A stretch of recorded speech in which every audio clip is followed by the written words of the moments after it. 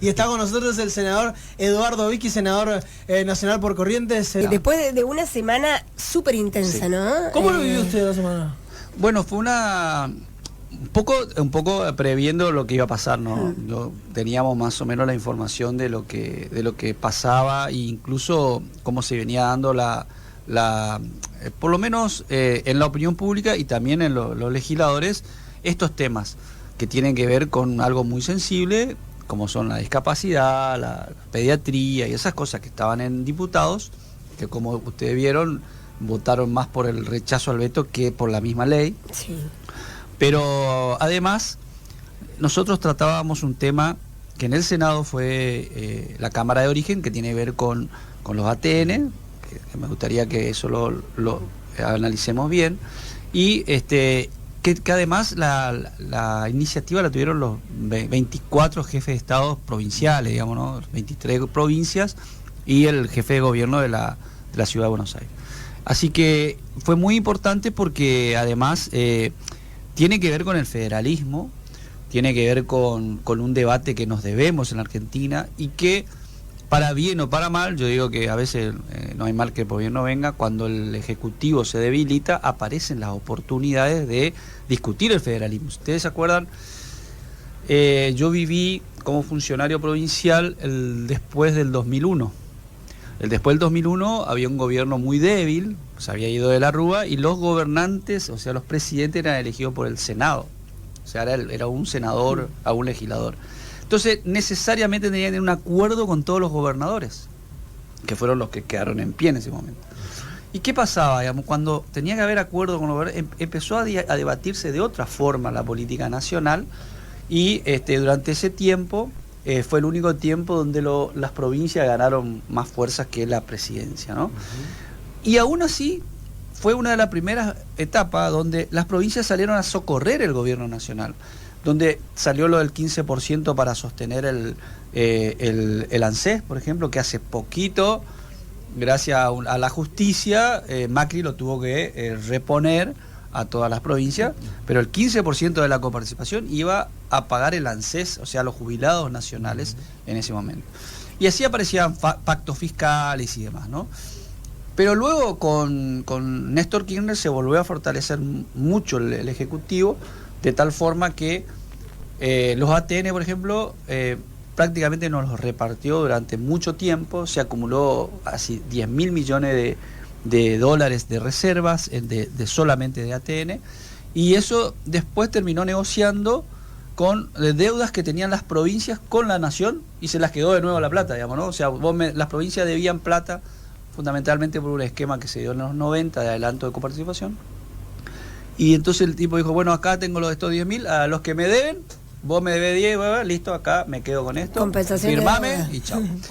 El ATN, el 1% de la masa coparticipable, las provincias renuncian en la época de Alfonsín y le dicen, bueno, el Ejecutivo Nacional se queda con ese 1% y agarra y tiene la especialidad de cumplir dos requisitos, para dos requisitos exclusivamente: emergencias y desequilibrios fiscales de las provincias y de los municipios también puede ser.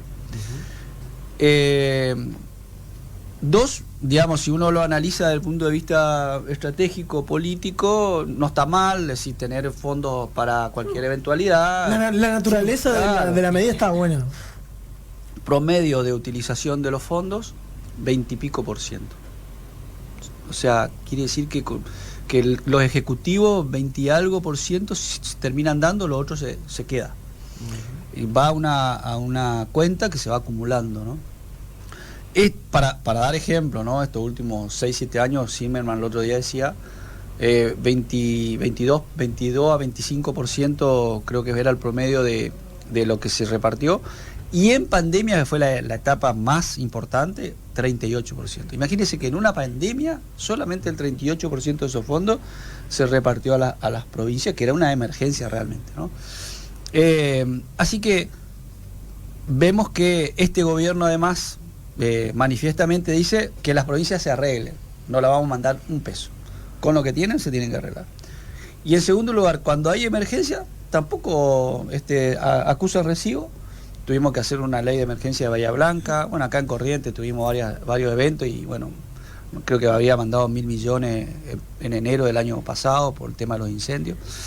Entonces, evidentemente, un fondo que estaba con una finalidad muy buena, terminó siendo distorsionada por todos los ejecutivos de turno, que en vez de propiciar el federalismo, terminó siendo un instrumento de dominación política para intendentes, gobernadores, varones urbanos, imagínense, donde por ATN iban cambiando voluntades. Sí. Entonces, al final, las provincias que le dan un instrumento al Ejecutivo para que resuelva problemas, terminas dándole una herramienta para el látigo, ¿no?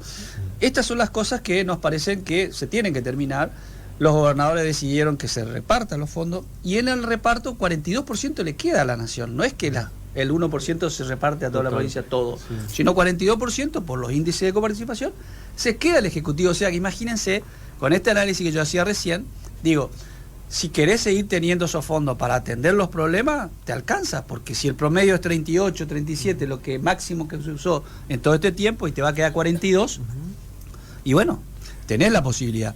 Entonces, otra cosa que lo manifestábamos es este gobierno que además dice que las provincias tienen que ser ordenadas y no tienen que tener deuda y demás, ¿no? ¿Para qué quiere un instrumento para ayudarla si no es lo que manifiestan, digamos? Claro. ¿No? Entonces, si ya te hacen firmar pactos fiscales, es un contrasentido. Exactamente así es un contrasentido. O sea, si vos decís, bueno, ¿por qué veto y me quiero quedar con los recursos si es algo que yo no estoy diciendo que no lo quiero utilizar? Estas contradicciones las decíamos en el recinto el otro día. Y el Ejecutivo después le termina tomando a todo esto, y la prensa, obviamente, ustedes entienden que hay de todo, pero termina tomando como que esto es una cosa de ofrenda contra el Ejecutivo Nacional. Bueno, esto un poco el resumen de lo que vino pasando esta semana, y cosas que todavía están en debate, que ahora ya viene al Senado esta semana, viene lo que en Cámara de Diputados se confirmó y se rechazó el veto, que son la ley de Garrahan y la de el tema de universidades, ¿no? No me quiero ir de la cuestión ATN, porque anoche repasaba un informe que hacía el diario La Nación, que en estos 8 meses solamente se utilizó el 17% en 14 provincias, en las cuales, mientras revisaba, Corrientes no está dentro de las provincias. Eso en materia de números. Y encima le debe 3.000 millones por el arreglo de la ruta de 117, que era una la ruta de Paso Los Libres. Claro. Que el gobernador tuvo que salir a hacer un spot diciendo: este cartel que dice vialidad arregla la ruta, la estamos haciendo la provincia. Sí. Digo, 3.000 ahí más. ¿Cuánto es, si tendría que haberse repartido, de cuánto es lo que está perdiendo Corrientes? El año pasado, el año 2024, se recaudó 680.000 millones y se repartió solo el 7%, 40 y algo. Y este año, que es el año que más le metieron 20%, de alrededor de... creo que llevan recaudado algo de 390.000 millones más o menos. Quedan sin ejecutar 611.074 millones que retiene la nación, utilizando el 17%. Más o menos, para que vean, en los 2 años va a recaudar 1.300.000 millones de pesos para esta finalidad, digamos, ¿no? Así que fíjense que es más conveniente para las provincias que se quede el fondo, porque tiene que repartirlo de esta forma, todo el fondo, que hacer una distribución, porque se quedaría con el 40% menos que va a quedar en la nación. Sin embargo, bueno... ¿Y por qué Corrientes afuera? Digo, Corrientes históricamente es cierto, siempre estuvimos a contramano quizás de los gobiernos nacionales, porque el radicalismo, en su momento ECO, el Frente de Todos, es diferente al peronismo que estuvo muchos años en la nación. Hoy, o en los últimos años, con Javier Milei, no ha sido un gobierno que ha ido en la afrenta contra Milei. No, todo ha lo sido contrario. un gobierno dialoguista que ha planteado... No, le hemos de hecho, exacto, fue una oposición que acompañó. ¿Por qué no recibe? ¿Qué es lo que hay? Digo, puntualmente hablo de Corrientes. ¿Qué es lo que falta? Y bueno, yo creo que ese es realmente ahí está la verdadera pregunta de por qué hoy no somos aliados estratégicos del gobierno nacional, cuando nosotros, no solamente en el camino, digamos, sino en la segunda vuelta, cuando Milei fue candidato en la segunda vuelta, el gobernador y toda la estrategia de Vamos Corrientes en la provincia de Corrientes apoyó a Milei aquí, cuando había ganado Massa la anterior, ¿no? Sí. La primera vuelta. Entonces, empezamos ahí, bueno, suponte que ahí no, bueno, Macri, más que lo que hizo Macri, que al otro día de la elección se fue y se sentó con el tipo, con Patricia, y después viene toda una relación muy difícil. Yo primero entendía que esta relación difícil con los gobernadores era para no dar plata, digamos, ¿no? Porque, bueno, obviamente tenía que ahorrar y todo lo demás, no hay nada para dar. Pero nosotros jamás le pedimos nada, ¿no? Al contrario, apoyamos la mayoría de las medidas porque entendemos que es lo que la gente está pidiendo, ¿no? Entonces, si la gente está pidiendo, elige un presidente para que haga un trabajo, el primer año fundamentalmente, vos le das las herramientas que decide ese presidente elegido por la gente. Entonces le da la herramienta, que fue la ley base fundamentalmente, sí. Y otras leyes. Después, con esa herramienta, cuando vemos que no hay más consultas, que toman medidas de machetazos sin hablar, entonces cuando vos empezás a cortar todo, vos podés seguir apoyando siempre y cuando vos tengas diálogo, porque te van a venir a hablar los actores que están siendo resentidos con las medidas, y vos tenés que dar una respuesta. Probablemente le decís, no, mirá, el Ejecutivo dice que está tomando esta medida por esto y por esto. Entonces vos podés darte vuelta y explicar. Pero nosotros representamos a la gente que nos vota y demás, y eso es lo que después tenés que ver como el tema INTA, por ejemplo, ¿no? Empezamos a hablar con el INTA y el INTA dice, bueno, estábamos en diálogo con el Ejecutivo un día para el otro dice, no dialogamos más, machetazo, hacemos lo que nosotros queremos. Bueno, entonces nosotros, ¿qué decimos? El INTA es un organismo que tiene una gobernanza donde los privados también intervienen, que de alguna forma vino siendo el gestor de mucha investigación que le puso al campo en primer lugar en la Argentina. Que de alguna forma un país como el nuestro, agrícola ganadera por excelencia, que además explica fondos ojeros para muchas cosas, hay como, el INTA es como una esencia de la Argentina, ¿no? Entonces, si lo vamos a tocar, discutámoslo. Y ahí es donde vemos que el cambio de gobernanza, para que deje de ser una institución fuerte porque está representada por los sectores, pasa a ser un apéndice de la Secretaría de Agricultura. Bueno, no nos parece que esté bien, digamos, ¿eh? Esto es como cuando a veces bajamos el Ministerio de Educación, que hoy depende de Secretaría de la... no sé, creo que es de desarrollo humano, desarrollo social, capital humano. Ahora, Eduardo, preguntarte, ¿qué pensás vos que lo viviste y lo viví adentro de la semana? ¿Qué pensás que cambió para que haya estos cachetazos tan fuertes en el Congreso para con el Poder Ejecutivo? Porque antes, ante sesiones clave, el gobierno estaba como confiado en el poroteo, y uno dice, bueno, hasta último momento no sabía qué gobernador se te iba a dar vuelta, qué diputado o qué provincia iba a aportar sus votos, y sin embargo, en diputados nosotros ya sabíamos que antes de la sesión la situación estaba muy complicada, y también te escuchamos a vos, previo a la sesión, decir, creo que están los números para vetar, para rechazar los vetos, y es lo que terminó pasando, y terminó siendo un mensaje contundente. ¿Qué pensás que pasó a diferencia de lo que pasaba antes? Nada es de un día para el otro, ¿no? O sea, esto va mellando a veces la vinculación. Pero fíjate que son temas que no son nuevos. Lo del tema universitario, ¿cuánto hace que venimos? La primera marcha fue el año pasado. Sí. ¿Ah? El tema de discapacidad, y Garrahan viene con problemas hace un tiempo ya. De hecho, la pediatría en el país viene con problemas, y no es necesariamente por lo del Garrahan, sino por la falta de médicos especialistas en todo el país, que es el gran problema que tenemos en realidad, más allá de los fondos para el Garrahan. El tema de la discapacidad, la obra social que funciona para la discapacidad no funciona hace mucho, o por lo menos tiene una demora tremenda, no de ahora, de hace mucho. Pero si encima ya estaba mal y ahora se agrava, bueno, alerta, hagamos algo. Y en esto lo que yo digo es, si el gobierno hubiese resuelto los temas estos, no hubiésemos necesitado hacer una ley de emergencia para resolverlos. Entonces, en definitiva, hablan de los cuca, pero en definitiva también ellos les dejan servida la situación para que hagan bandera con cosas que incluso son nuestras, como radical digo, ¿no? Claro, sí. Claro, entonces digo, la falta de gestión es un gran problema, que una cosa es no querer gastar y otra cosa es priorizar.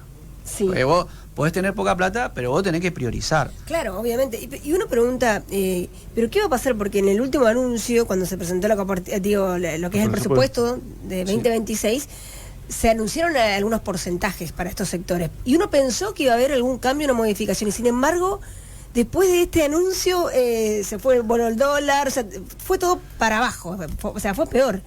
Mira, a mí me parece que el gobierno se equivocó en mezclar la cuestión electoral con la política económica.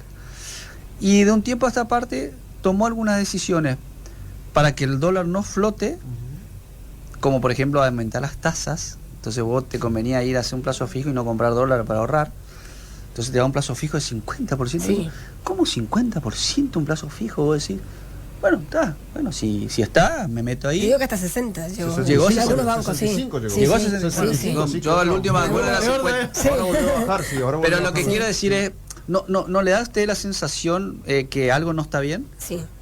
Imagínense, aparte si está 65 el plazo fijo, anda a pedir un crédito, ¿a cuánto? 80, Claro. 90, listo, se terminó, no hay más crédito. Y en eso, senador... No hay más crédito, pará, Sí. te termino la imagen. Sí. No hay más crédito, quiere decir que el sector privado empieza a tener que vivir de lo suyo, entonces empieza a buscar la forma de que encima enfriada la economía, vende lo que más o menos repone, entonces empieza a haber empresas que no quieren aguantar más, porque vienen sacando plata de otro lado para sostener su empresa y empiezan a echar gente. Eso es lo que está pasando hoy. Pero además, el gobierno entendió que sostener el dólar era bueno para la elección. Claro.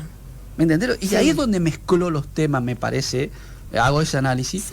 Porque si hubiese dejado la economía y seguir focalizado en la economía y ver el dólar que va... No, ¿sabes lo que prefirió? No, tengo que sacar mis propios legisladores, porque todos son unas ratas y yo tengo que tener legisladores que solamente levanten la mano a lo que yo digo. Entonces al final son más casta que nadie, digamos, ¿no? Porque en definitiva lo que están buscando es tener sus propios legisladores. En vez de decir, nosotros hay un montón de legisladores que obviamente razonan crítica y vamos a discutir los temas, pero estamos para acompañar lo que esté bien y lo que no, bueno, veremos. O lo discutiremos y buscaremos la forma. ¿Y los audios? Bueno, en el medio de los audios, digo... Yo dejo la justicia, lo que pasa es que... No, digo, la percepción de la gente, claro, porque antes teníamos una idea de un gobierno firme, de un gobierno decente, que venía a limpiar, y que en su momento el propio presidente dijo, alguien que mete la mano, le corto. Claro. No dijo, le corto la cabeza, dijo directamente. Y pero fíjate esto, Seba, que lo de Libra, por ejemplo, que fue un tema que de última fue algo privado, porque fue una estafa de cripto, qué sé yo, que ahí el presidente tendrá que explicar también, no pegó tanto en la Argentina como este tema que tiene que ver con coimas de medicamentos en discapacidad. Pero aparte que estaban en la coyuntura justamente del debate de la ley. Bueno, también, fíjense esto, ¿no? Yo analizo, trato de ser objetivo. ¿Por qué aparece ahora y no antes, no? Está claro que fue un tema electoral, o sea, los que tiraron lo tiran porque es una cuestión electoral. Tengamos y además el muerto se asusta del gollado. Imagínense los kirchneristas asustados por la corrupción de este gobierno cuando... Miren la magnitud. Los empresarios que le dieron plata en la época del kirchnerismo, de los cuadernos, dijeron y reconocieron que le dieron plata para que le aminoren las penas y vayan a la justicia electoral y no a la justicia penal por corrupción. Imagínense lo que estamos hablando. Esto pasó en la Argentina y todo el mundo, viste, como que nos olvidamos rápido. Bueno, yo creo que hay un tema hoy que la gente se empieza a cansar de los extremos. ¿Y por qué? Porque los extremos no le dan respuesta. Y porque en definitiva la discusión y la pelea termina trabando la resolución de los conflictos, los problemas, y en definitiva a la gente no le llega la solución. Sí. Eduardo, sé que el comportamiento del Congreso es muy dinámico, que hay bloques, bueno, como caso o comportamientos como el tuyo, decir, bueno, en lo que creemos que está bien vamos a acompañar, pero en lo que no creemos vamos a ser críticos. ¿Cómo crees que va a ser el comportamiento del Congreso de acá en adelante? ¿Cómo crees que va a influir las elecciones y el resultado electoral? Te puedo hablar del Senado, que es lo que más entiendo, porque diputados realmente es un rompecabezas re complicado, ¿viste? Y hay que estar ahí para entender. Me imagino que cada vez que entra a una sesión no saben qué termina, ¿no? Sí. Pero en el Senado vos tenés 34 peronistas que ya tienen tomada la decisión de ser oposición en todo desde el primer día. Y tenés algunos garroteados por este gobierno, como Martín Lustó, como Larreta a través de su senadora, aparece siempre alguno más, Pablo Blanco, algún otro, que son muy críticos de la forma y del comportamiento del presidente y políticas públicas. Entonces vos tenés 37 ya asentados. O sea, vos ya tenés quórum en el Senado para tratar los temas que quieran. Entonces, a partir de ahí, lo que nosotros tenemos que seguir buscando es cómo debatimos los temas, ¿no? Lo que pasa es que en este último tiempo, estos temas también son nuestros, del mismo radicalismo, ¿no? De que, de última, para vos aguantarle al gobierno en estos temas, decir, bueno, el equilibrio fiscal, tenés que tener alguna fundamentación. No tenemos presupuesto hace 2 años. Nos tratan de irresponsables, cuando en realidad no hay presupuesto para decir, che, ¿cuál es tu prioridad en estos números que vos tenés? Y bueno, no tenemos presupuesto, no tenés prioridad. Bueno, yo te iba a decir cuál es la prioridad, porque vos no me mandaste a mí, al Congreso, lo que es la función del Congreso. Porque la gente por ahí empieza, no, porque el Congreso y que se... Pero bueno, pues si esa es nuestra función. Si no, cambiemos la Constitución y busquemos otro mecanismo de control. Fíjense otra cosa. Y bueno, pero con este anuncio del presupuesto, ahora llegó más tranquilidad. Hay que estudiarlo muy bien. Por ejemplo, en el tema educacional, ya hablé el otro día me reuní con las escuelas técnicas. Hay unos artículos, hay unas leyes que ponen unos pisos de inversión. Sí. La ley de educación, fundamentalmente, que tiene el 6% del PBI. Es de las escuelas técnicas, tiene el 1% del presupuesto para financiamiento, que nunca se cumplió. ¿Está? Solamente cuando salió la ley se cumplió unos meses, y después nunca más ningún gobierno cumplió.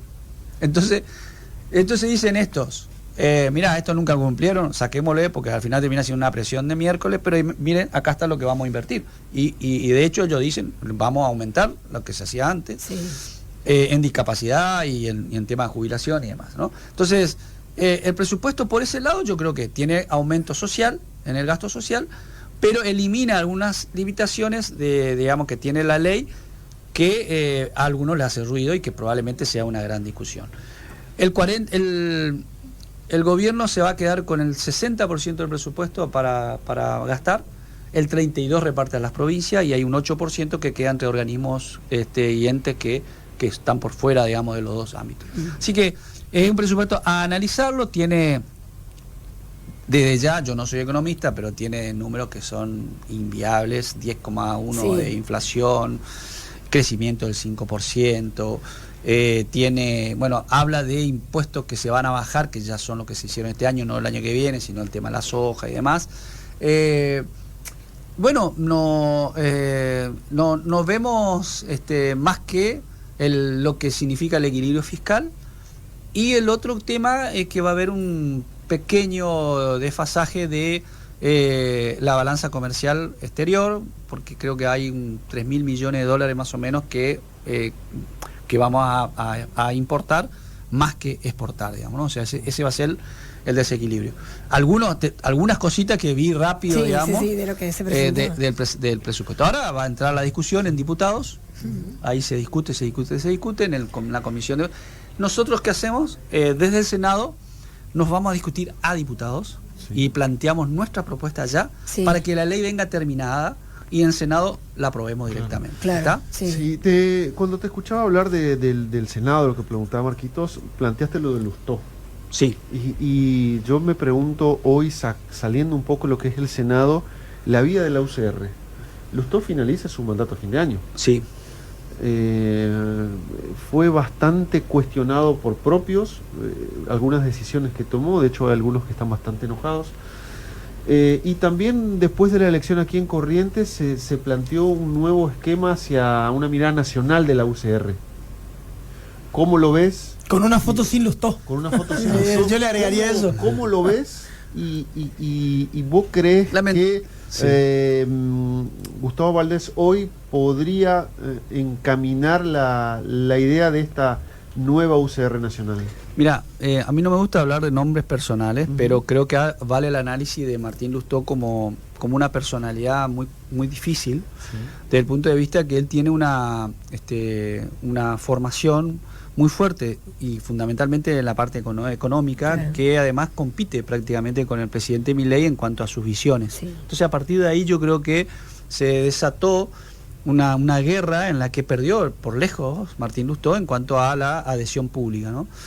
Eso hizo que él perdiera el rumbo de la representatividad federal que tendría que tener y quedó más enfocado en una agenda muy local de la ciudad de Buenos Aires, que tiene una agenda mucho más woke, digamos, mucho más de defender banderas que no pasa, digamos, en el interior y mucho menos en el norte, que son mucho más conservadores. Además, el tema del campo, a Martín Lustó todavía es como que le reclaman la 125 y eso en muchas provincias camperas, digamos, también cae mal. Entonces, en definitiva, su gestión al frente del partido, tuvo todos estos bemoles y, por supuesto, falta de legitimación. Pero además, después...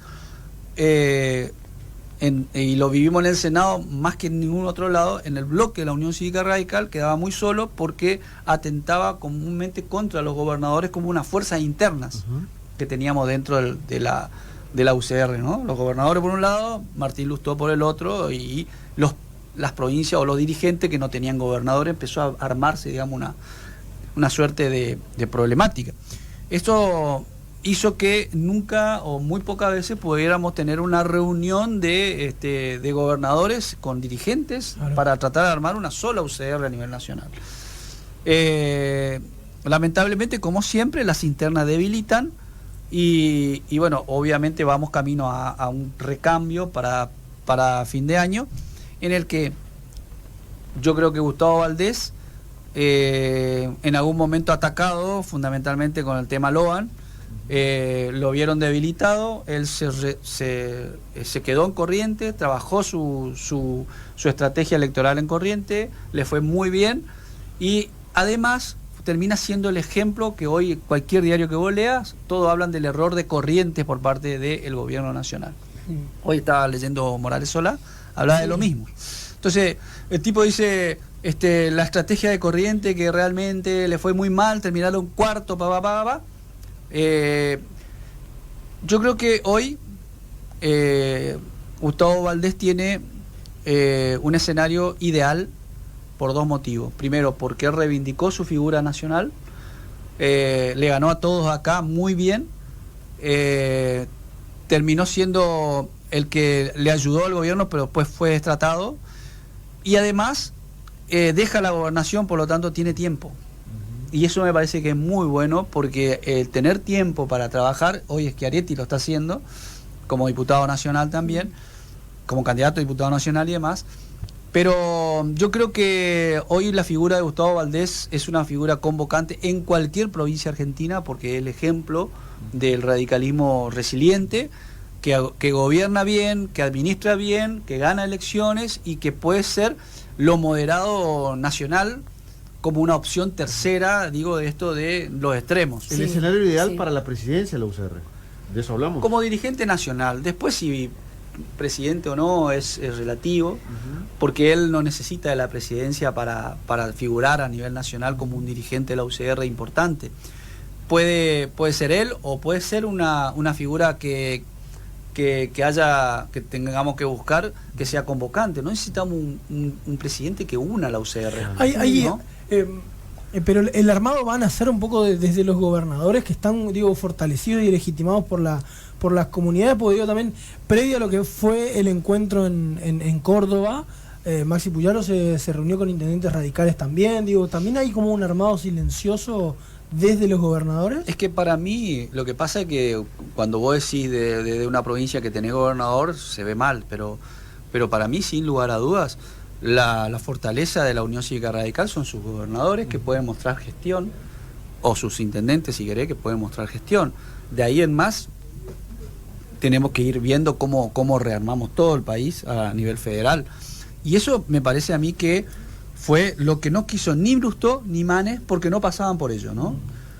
Manes terminó yéndose, puteando contra los gobernadores, y Lustó puteó todo el tiempo contra los gobernadores, y se quedó en una orfandad, digamos, ¿no? Me parece que ahí hubo por eso decía hoy, hubo una disputa entre el poder territorial de los gobernadores con dirigentes nacionales que tienen pie en la capital federal, ¿no? Sí. Entonces, y bueno, ese es el resumen de lo que le pasa hoy a la UCR, que termina siendo un partido de provincia y no nacional, ¿no? ¿Y qué rol te gustaría tener en el armado del radicalismo nacional de futuro? A mí me gustaría trabajar para otro, digamos. Porque, o sea, también sos un poco el armador del radicalismo en el Senado. Sí, la principal fuente de consulta un poco, o de negociación. Sí, hoy es una gran fuente de consulta. Claro, o sea, sos un dirigente de peso a nivel nacional. Yo lo que... Porque estamos hablando perdón, no es porque vos estás acá, pero estamos hablando de Lustó, estamos hablando de Manes, los dirigentes que están en Buenos Aires, y después los gobernadores. Bueno, pero hay alguien que también tiene responsabilidad funcional, que sos vos. Vengo trabajando ya, hablando con algunos hace un tiempo, es cómo hacemos para trabajar para otro, porque el problema de Buenos Aires es que todo el mundo trabaja para sí, digamos, ¿no? O sea, le pasó a quien lo aprecio y le tengo respeto, como es el ex gobernador de Jujuy, que toma la UCR para ser él el candidato y después termina arreglando por una vicepresidencia con otro partido, todo él, digamos, ¿no? Entonces yo digo, empecemos a trabajar para otro, o sea, yo quiero construir un espacio donde yo sea un soldado y que todos seamos soldados para trabajar primero por un proyecto y después le ponemos los nombres, porque si no, ya empiezan, por ejemplo, ahora tenemos este esquema de Provincias Unidas, que está muy bueno, porque en definitiva es el federalismo de gente que gobierna bien y que puede demostrar. El problema es que ya empiezan a decir, no, pues tiene que ser la fórmula fulano y mengano. El otro día, no voy a decir nombre, pero aparece un dirigente y dice, no, porque tiene que ser fulano con mengano.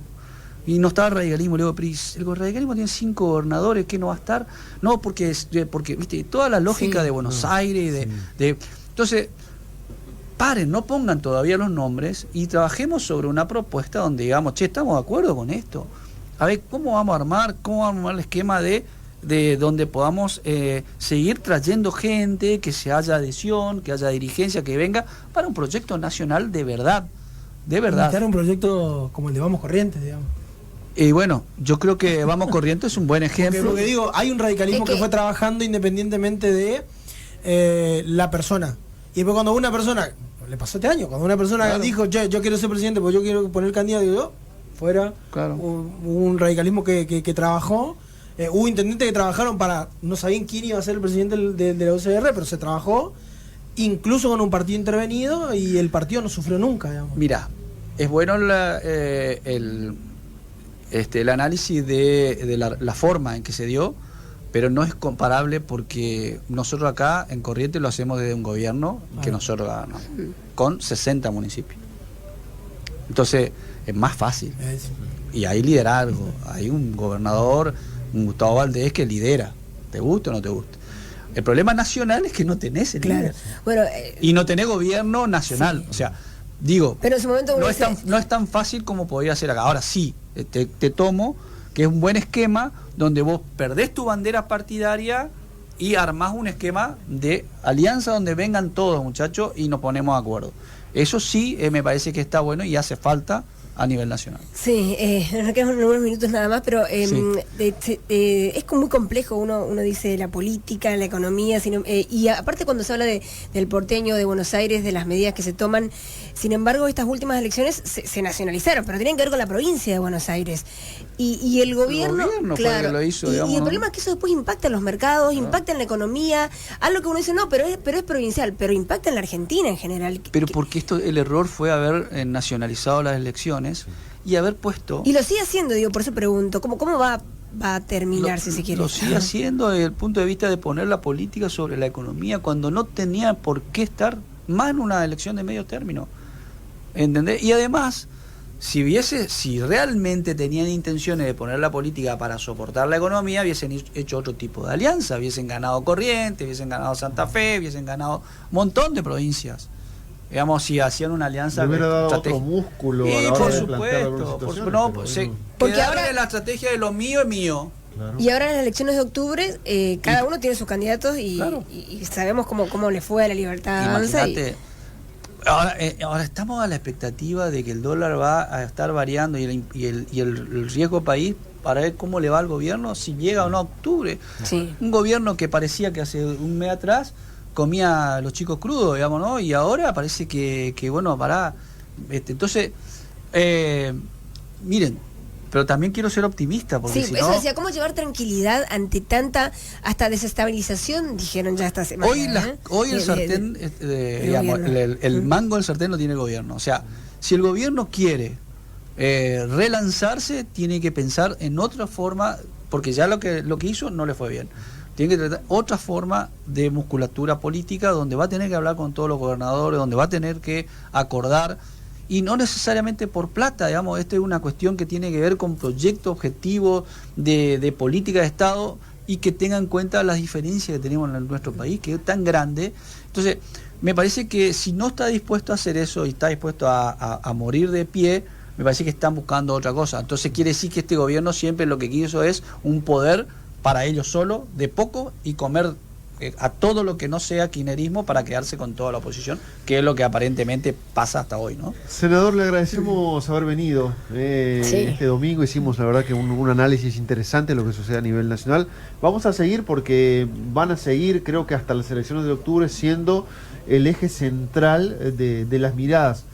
Por lo que puede pasar con el gobierno nacional, si es que cambia o no su tesitura de la que mantiene hasta hoy, y también habrá que ver si los números lo acompañan, que en definitiva es quién le da o no la fuerza para ver si tiene que cambiar o sigue en esta idea en la que permanece. Hoy lo que vamos a tener en octubre es una elección que tenemos que elegir quién nos va a representar a los correntinos, y eso es muy importante, y ahí yo dejo el análisis a la gente, donde Vamos Corriente tiene una excelente lista. Y bueno, tanto Diógenes como Praxe conocen Corriente, así que yo creo que hay que avanzar en eso. Me da pie lo que vos decís, porque el Congreso va a ser importante en los años que vienen.